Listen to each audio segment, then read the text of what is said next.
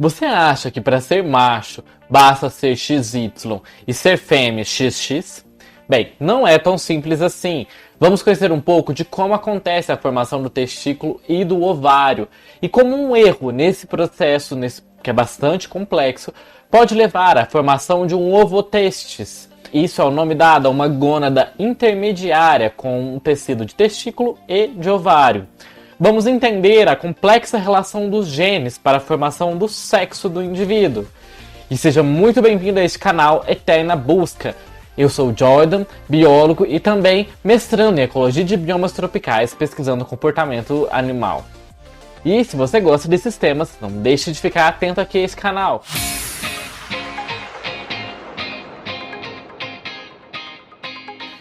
Esse é o segundo vídeo de uma série de vídeos na qual nós vamos falar um pouco sobre o sexo biológico. Esse aqui é o segundo vídeo dessa série, portanto, se você não viu ainda o primeiro vídeo na qual eu falo sobre a determinação do sexo biológico em vários animais, em nós, mamíferos, nas aves, nos répteis, nos insetos, eu vou deixar aqui para vocês conferirem, ficou muito legal. Sexo pode ser muito mais complicado do que parece à primeira vista. De acordo com o cenário simples, seria a presença ou a ausência de um cromossomo Y que contaria, não é mesmo? Com o cromossomo Y você seria um homem, sem ele você seria uma mulher.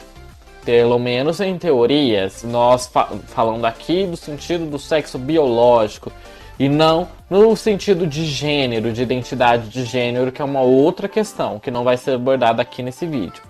Mas os médicos sabem há muito tempo que algumas pessoas ultrapassam esses limites cromossômicos. Os seus cromossomos sexuais dizem uma coisa, mas as suas gônadas, os seus ovários ou o testículo, ou mesmo a sua anatomia sexual dizem uma outra coisa. Os pais de crianças com esses tipos de condições, conhecidas como condição intersex ou distúrbios do desenvolvimento sexual, muitas vezes enfrentam decisões difíceis sobre a criação dos seus filhos, como sendo um menino ou como sendo uma menina. Alguns pesquisadores agora dizem que até uma em cada 100 pessoas tem alguma forma de intersexualidade. Quando a genética é levada em consideração, a fronteira entre os sexos se torna muito mais confusa. Os cientistas identificaram muitos dos genes que estão envolvidos nas principais formas da intersexualidade, e descobriram variações nesses genes que têm efeitos sutis no sexo anatômico ou no sexo fisiológico de uma pessoa. Além do mais, novas tecnologias de sequenciamento de DNA e na biologia celular estão revelando que quase todas as pessoas são, em vários graus, uma coxa de retalho de células geneticamente distintas, algumas com um sexo que pode não corresponder ao resto do corpo. Alguns estudos chegam a sugerir que o sexo de cada célula conduz o seu comportamento, por meio de uma complicada rede de interações moleculares. Existe também uma diversidade muito maior dentro do sexo masculino ou feminino, e certamente há uma área de sobreposição em que algumas pessoas não podem se definir facilmente dentro dessa estrutura binária de sexo. Essas descobertas não caem bem em um mundo no qual o sexo ainda é definido em termos binários, de macho ou fêmea. Poucos sistemas jurídicos permitem qualquer ambiguidade no sexo biológico, e os direitos legais e o status social de uma pessoa podem ser fortemente influenciados pelo fato de, na sua certidão de nascimento, indicar que ela é um homem ou que ela é uma mulher. O principal problema com essa dicotomia muito forte é que existem casos intermediários que ultrapassam os limites e nos pedem para descobrir exatamente onde está a linha divisória entre homens e mulheres, diz Arthur Arnold, da Universidade da Califórnia, em Los Angeles, que estuda essas diferenças sexuais biológicas. E isso geralmente é um problema muito difícil, porque o sexo ele pode ser definido de várias maneiras. E vamos entender aqui como que é o começo do sexo biológico, do sexo, da definição da genitália. Que os dois tipos de sexo são fisicamente diferentes, isso é muito óbvio, mas no início da vida não é bem assim. Com 5 semanas de desenvolvimento, o embrião humano tem o potencial de formar tanto a anatomia masculina quanto a anatomia feminina. Ao lado dos rins em desenvolvimento, existem duas protuberâncias conhecidas como cristas gonodais, que são essas estruturinhas que vocês estão vendo na tela.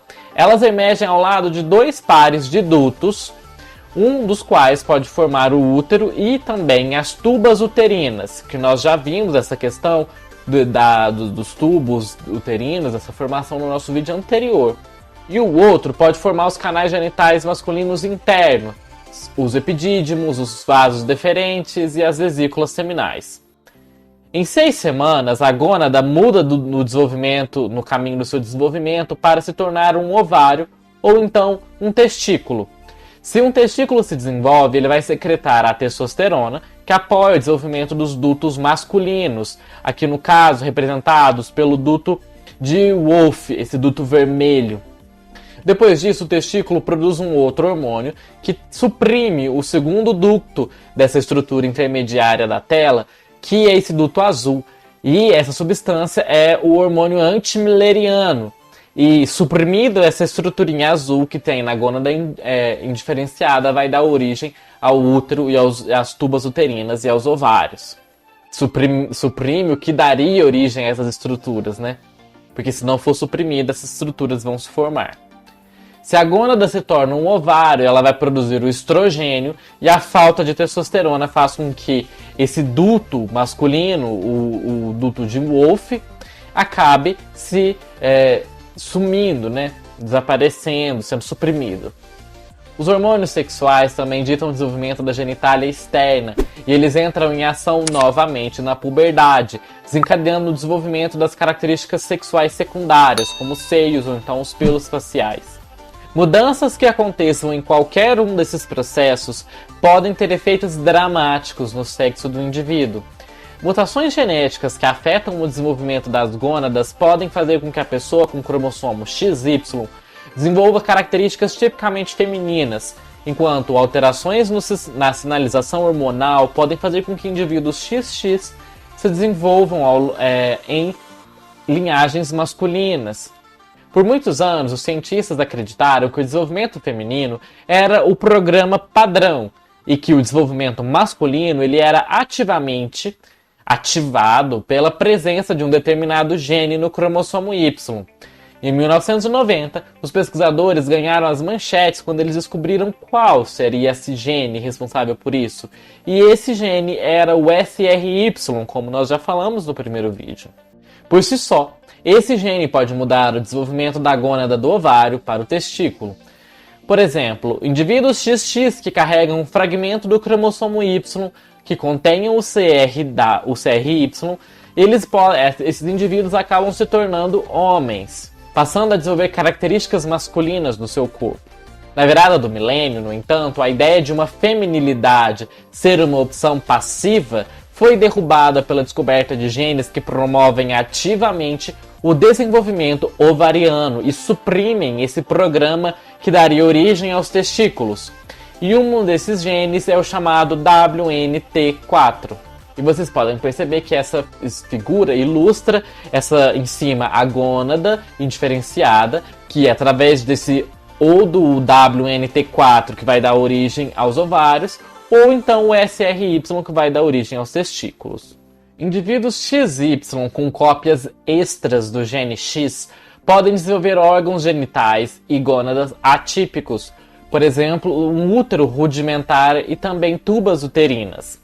Em 2011, pesquisadores mostraram que se um outro gene ovariano importante, o RSPO1, não estiver funcionando normalmente, ele fará com que as pessoas que são XX desenvolvam um ovotestis, que é uma gônada com áreas de desenvolvimento tanto ovariano quanto testicular. E vocês podem perceber nesse esquema que aqui de um lado vocês veem o indivíduo que é XY, normalmente ele vai seguir esse estágio das setas verdes, e o caso do XX ele vai seguir normalmente esse outro estágio para baixo até formar o ovário. E aí existe toda essa complexa rede de interações. Se houver uma falha em algum dessas regiões, pode dar origem a essa estrutura intermediária, o ovotestis. E olha só como são os tecidos de um ovotestis. De um lado vocês têm um ovário, um tecido ovariano, e do outro lado você tem um tecido testicular. Essas descobertas apontaram para um processo complexo na determinação do sexo, na qual a identidade da gônada ela vai aparecer, ela vai emergir de uma competição entre duas redes opostas de atividade genética.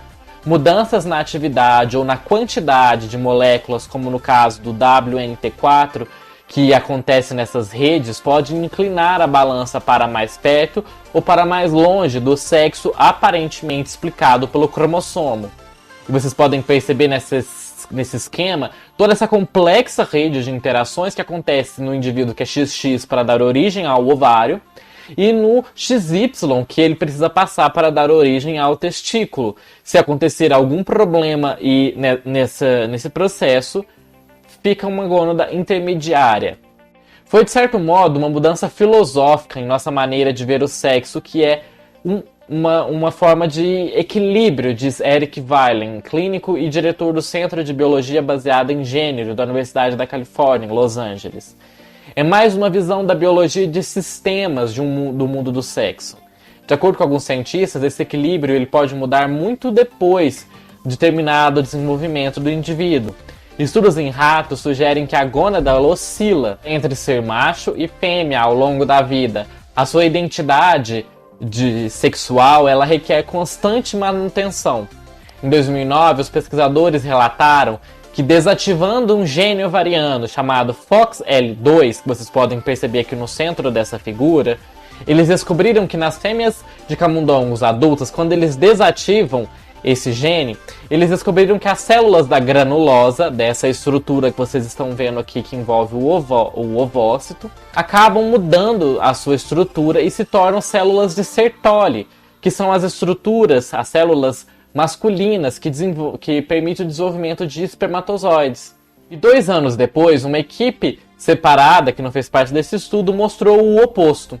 A inativação de um gene chamado DMRT1, que vocês também podem percebê-lo aqui nessa figura, ele pode transformar células que são testiculares de indivíduos adultos em tecido ovariano.